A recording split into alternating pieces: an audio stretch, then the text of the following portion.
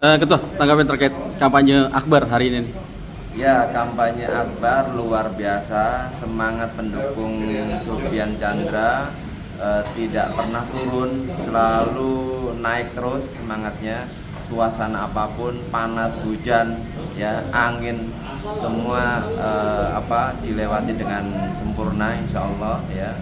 Artinya apa? Menjelang akhir kampanye ini, insya Allah semua pendukung solid di semua lapisan, di tingkat RT, di tingkat RW, kelurahan, ya, sampai tingkat kota, semua dalam tensi yang sama, semangat sama, daya juangnya sama, di atas 99% gitu. Menandakan apa nih Ketua? Ya, kami meyakini dengan begitu insya Allah kemenangan dalam 27 November nanti insya Allah akan dicapai oleh Sufyan Chandra sebagai wali kota Depok 2025-2030. Kalau dari PKB sendiri mengerahkan masa berapa nih? Kalau hari ini PKB itu sekitar 300 orang, ya, 300 orang. Memang tidak baik karena dibagi wilayah, banyak relawan, banyak simpatisan yang ingin semuanya hadir, ya. Jadi kita bagi PKB, kita bagi per PAC, ya, pengurusan cabang mewakili masing-masing, ya. Kita bagi dari 300, kita bagi 11 kecamatan.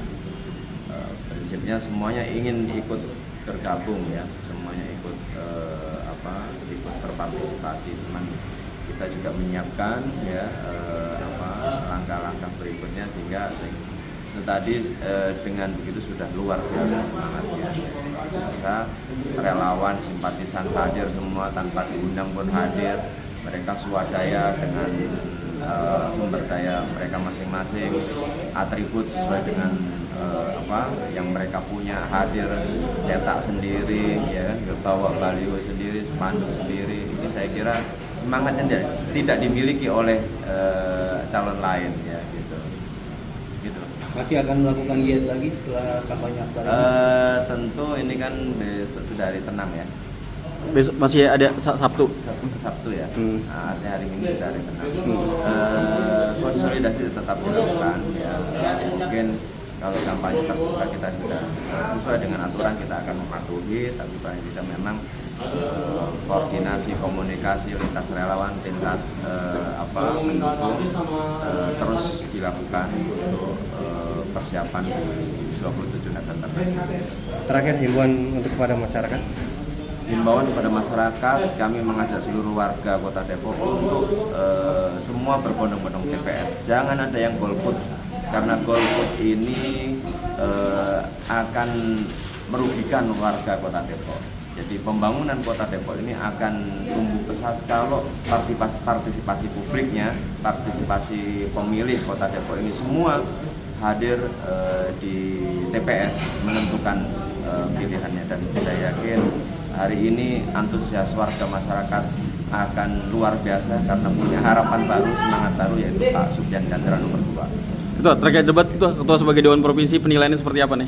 Ya, saya lihat debat kemarin, saya kira ini, ya, Pak Sufyan dan Pak Chandra sudah luar biasa, tapi ada beberapa poin yang menurut saya yang disampaikan oleh Pak Imam dan Bu Ririn, saya kira banyak yang klaim aja gitu, yang klaim aja. Misalkan gini, 20 tahun, ya, 20 tahun sampah begitu aja, kan, itu menggunung begitu saja, tapi baru di akhir 2024 beli insinerator yang kapasitasnya tingkat RT. Artinya kan tidak make sense antara kebutuhan yang tinggi, demand-nya yang tinggi, butuh pengelolaan sampah yang benar, dijawab dengan 2 insinerator yang level kapasitasnya RT. Artinya apa? Tidak ada keberpihakan sama sekali kepada rakyat untuk ngurus sampah. Itu bohong berarti. Dia mau seolah-olah mau mengelabui masyarakat bahwa oh ini loh saya beri solusi insinerator, tapi insineratornya rakyat nggak tahu insinerator itu kapasitasnya untuk RT gitu loh. Sedangkan RT kita ada berapa ribu, ya kan? Terus mau diselesaikan sampai berapa puluh tahun untuk Kota Depok yang, ya, jangan-jangan kita bisa tenggelam dalam lautan sampah, kan gitu. Itu pencitraan aja berarti, Ketua? Saya kira itu gimmick yang norak, ya, semua orang juga tahu gitu. Ya, saya kira itu poinnya. Terus bicara jalan juga tidak ada perubahan kan gitu. 20 tahun apa yang dilakukan? Hanya 1 kilo penambahan jalan. Ya kan itu kan artinya apa? Kinerja APBD yang nggak ada. Jadi gini, pemimpin itu berpihak kepada rakyat, basisnya apa? Basisnya anggaran, keberpihakan kepada rakyat, anggarannya ada nyata, dilakukan kan itu. Kalau itu tidak dilakukan berarti duitnya kemana kan itu yang kita pertanyakan. Ya kemacetannya begini-begini aja kan itu. Bisa nggak dilebarin? Bisa. Oh ini katanya jalan nasional, tinggal koordinasi dengan pemerintah pusat, nggak ada yang susah kan gitu. Buktinya apa? Pemerintah pusat bangunin jalan tol sampai kota Depok. Kalau nggak ada program strategis nasional nggak akan ada itu ya akses. Jangan-jangan Depok ini makin terkungkung kan itu. Jadi saya kira butuh inovasi membangun kota Depok ini, butuh model orang kayak Pak Sufyan Suri yang berani, yang cekatan, yang yang bisa menjawab semua problematika dengan kenyataan gitu, tidak lagi dengan kata Pak Prabowo omon-omon kan gitu. Ya. Sempat disinggung nih ada peresmian jalan tol di Limo, tapi dari pemerintah wali kota wakil nggak datang, Ya, sekda nggak diutus, itu berarti itu kan bukti bahwa kemarin itu terjadi disharmoni. Jadi ada wali kota yang tidak memberikan penghargaan, udah dibangunin jalan kok nggak tahu terima kasih. Itu benar nggak? Kalau orang Indonesia, orang Melayu, orang Jawa pasti nggak tahu terima kasih lah itu. wali kota Tangerang sampai datang ke sini. Oh iya, Sini. saya kira itu kan keberpihakan ya, keberpihakan kepada masyarakat. Itu ya tunjukkan kepada masyarakat bahwa memang betul adanya pembangunan itu. Jangan klaim semua sudah saya lakukan, apa yang dilakukan kita aja nggak lihat kan gitu.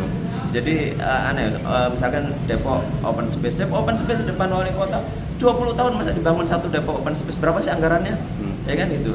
Jadi keberpihakan kepada masyarakat itu tergantung berapa besar anggaran yang dikeluarkan untuk kebutuhan masyarakat, begitu. Bang Paijen kan ini sekarang Dewan Provinsi, pernah nggak sih ada komunikasi atau diundang? Saya nggak pernah diundang. Nggak pernah. Bahkan dulu Pak Imam sebagai anggota Dewan Provinsi pun nanya ke saya, aspirasinya ditaruh di mana ketua, katanya gitu. Loh, padahal dia satu partai kan begitu. Jadi saya kira itu kan menunjukkan apa ya, teman-teman bisa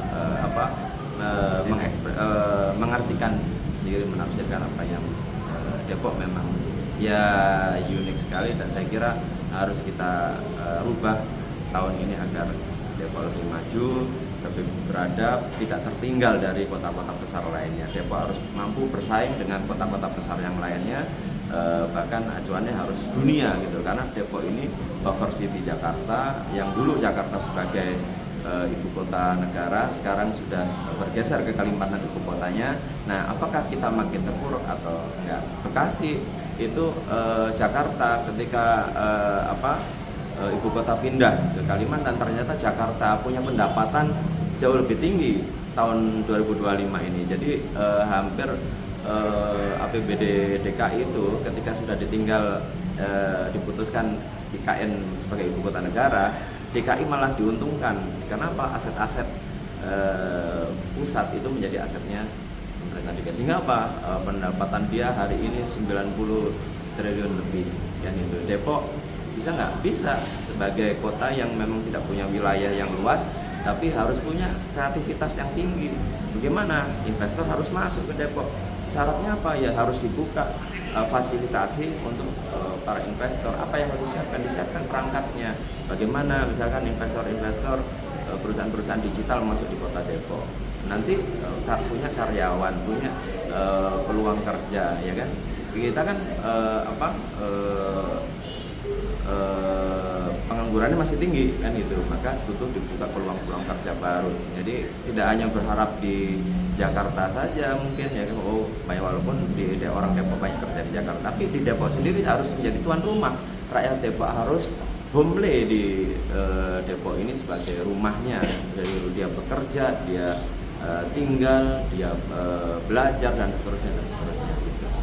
Itu bisa terjadi kalau bukan dipimpin oleh wali kota kelompok ya, Bang? Ya tentu, kan kita sudah mengalami puluhan tahun kan gitu. Puluhan tahun ini masa iya hari ini rakyat kota Depok tidak merasakan? Saya kira jawabannya adalah harus ada perubahan sehingga puluhan tahun yang lalu ini kita segera bisa shortcut untuk menaikkan kredibilitas kota Depok menjadi kota yang kompetitif dan bersaing di sejajar dengan kota-kota dunia gitu.